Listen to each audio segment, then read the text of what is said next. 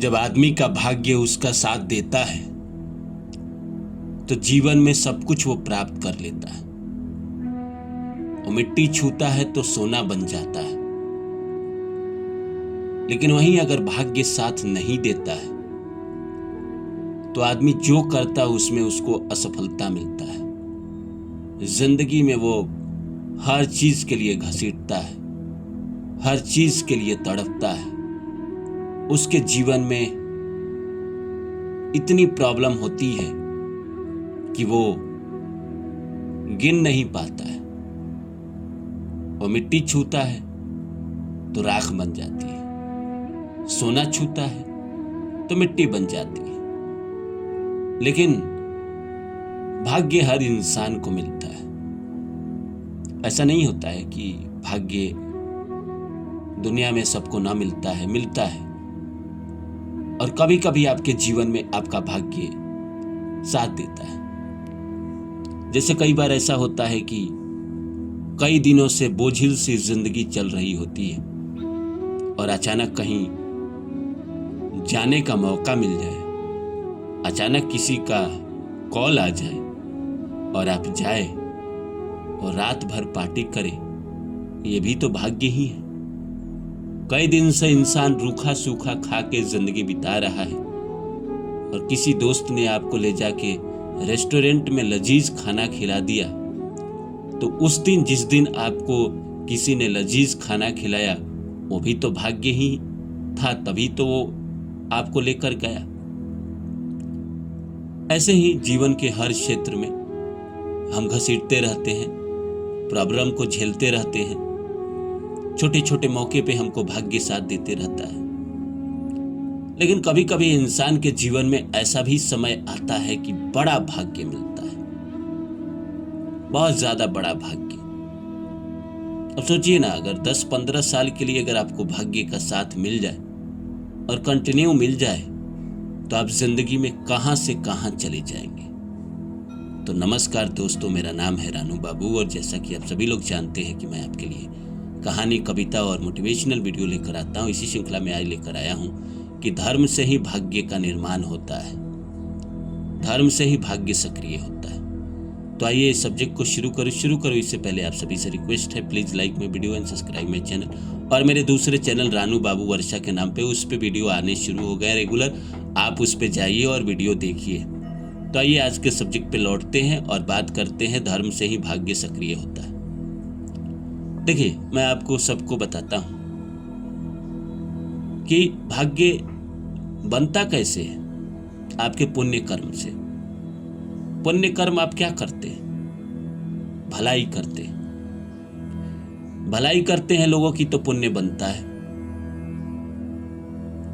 लोगों की मदद करते हैं, किसी को खाना खिलाते हैं, किसी जरूरतमंद को पैसे देते हैं, किसी को सही रास्ता दिखाते हैं, किसी को सही सलाह देते हैं, तो आपके अच्छे कर्म हैं। किसी को भोजन कराना, भूखे को जानबूझ के भोजन कराना, किसी की मदद कर देना, किसी की कोई ऐसी जरूरत हो जो पूरा ना कर पा रहा हो वो कर देना, यही सब तो भाग्य है। यही सब तो आप भाग्य जमा किए हैं कर करके। ये सक्रिय कब होते हैं? जब हम धर्म से जुड़ते हैं, जब हम पूजा पाठ से जुड़ते हैं, जब हम भगवान से जुड़ते हैं तो भाग्य सक्रिय हो जाता है। मैं आपको छोटा सा ट्रिक बताता हूँ। बहुत सारे लोग होंगे जो कुंडली के विषय में जानते होंगे, या कुंडली से आप इसमें जान भी सकते हैं कि 9th हाउस जो होता है कुंडली में वो भाग्य का होता है। वही घर पिता का भी होता है, वही घर बॉस का भी होता है, वही घर आपके गुरु का भी होता है, वही घर भगवान का भी होता है, वही घर मंदिर का भी होता है, वही घर धार्मिक यात्रा का भी होता है। तो ये एक्टिव कैसे होता है? या तो आप धर्म की स्थापना करें, या धार्मिक यात्रा करें, भगवान की पूजा करें, भगवान का स्मरण करें, रोज करें। इसीलिए तो हमारे यहाँ सुबह नहा धोआ कर सबसे पहले भगवान की पूजा की जाती है। वो इसीलिए की जाती है कि 9th हाउस सक्रिय रहे, भाग्य सक्रिय हो जाए। सुबह सुबह जब आप जगते हैं, बेड छोड़ते हैं। आजकल तो लोग ऐसा करते ही नहीं हैं।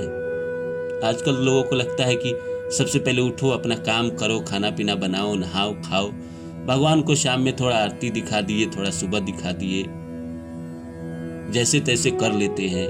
कई लोग तो नहीं भी दिखाते, 80% आबादी तो नहीं करती है। लेकिन हमारे शास्त्र में एक परंपरा थी कि भाई सुबह उठो, स्नान करो, ध्यान करो, उसके बाद भगवान की पूजा करो, और पूजा करने के बाद आप अपने काम पे जाओ, भोजन ग्रहण करो, नाश्ता करो, जो भी करना है करो। वो इसीलिए करते थे ताकि सबसे पहले 9th हाउस एक्टिव हो। भगवान की पूजा करने से 9th हाउस एक्टिव होता है, और धर्म करने से आपका भाग्य सक्रिय होता है। ये 100% सही है। जिस आदमी ने अपनी जिंदगी में ये नियम बनाया हुआ है कि वो सुबह उठने के बाद पूजा पाठ करता है, चाहे वो 10 मिनट ही सही, आधे घंटे ही सही, 15 मिनट ही सही, उसका जीवन में भाग्य हमेशा साथ देता है। वो सही मार्ग पे है। भाग्य आपको सही मार्ग भी तो देता है, गलत मार्ग नहीं देता है, सही मार्ग देता है।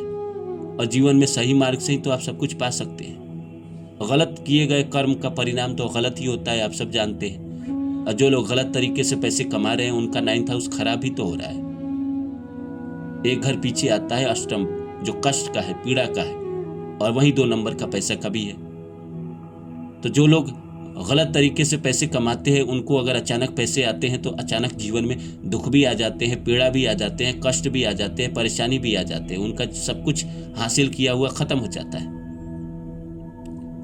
तो हमें जरूरत है 9th हाउस हमेशा एक्टिव रखने की, भगवान की पूजा करने की। धर्म करेंगे तो आपका भाग्य ऑटोमेटिक आपका साथ देगा। पिता की सेवा करेंगे तो आपका भाग्य ऑटोमेटिक आपका साथ देगा।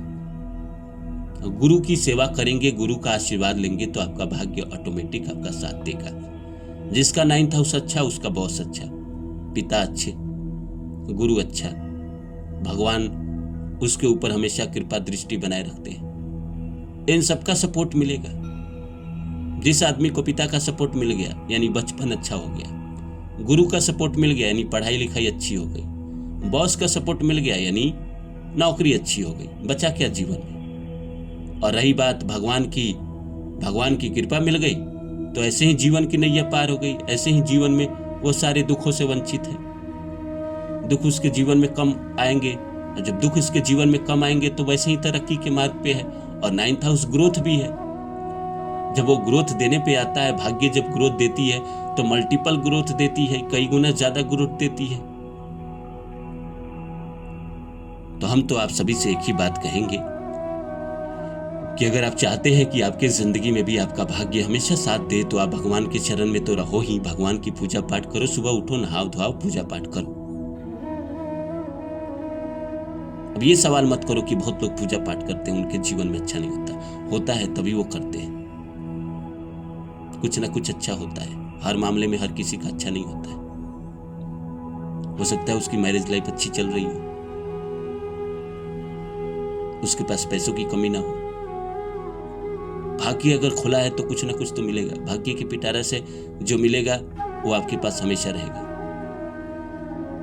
भाग्य जो देता है वो हमेशा के लिए देता है, वो कभी आपसे छीनता नहीं है। हाँ, अगर आप गलत तरीके से कुछ लेकर आते हैं अपनी जिंदगी में तो कहीं ना कहीं वो आएगा आज और कल चला जाएगा। लेकिन भाग्य जब देता है वो हमेशा के लिए देता है। भाग्य से अगर शादी हुई है तो शादी हमेशा टिकेगी। भले लड़ाई हो जाए, झगड़ा हो जाए, झंझट हो जाए, थोड़ी बीच में दूरी आ जाए, लेकिन वो जीवन भर आपके साथ रहेगा वो पार्टनर। भाग्य का दिया हुआ कोई भी चीज आपसे जल्दी अलग नहीं हो सकता। उम्मीद करता हूं आपको वीडियो अच्छा लगा होगा। फिर मिलते हैं किसी और वीडियो में, तब तक के लिए नमस्कार।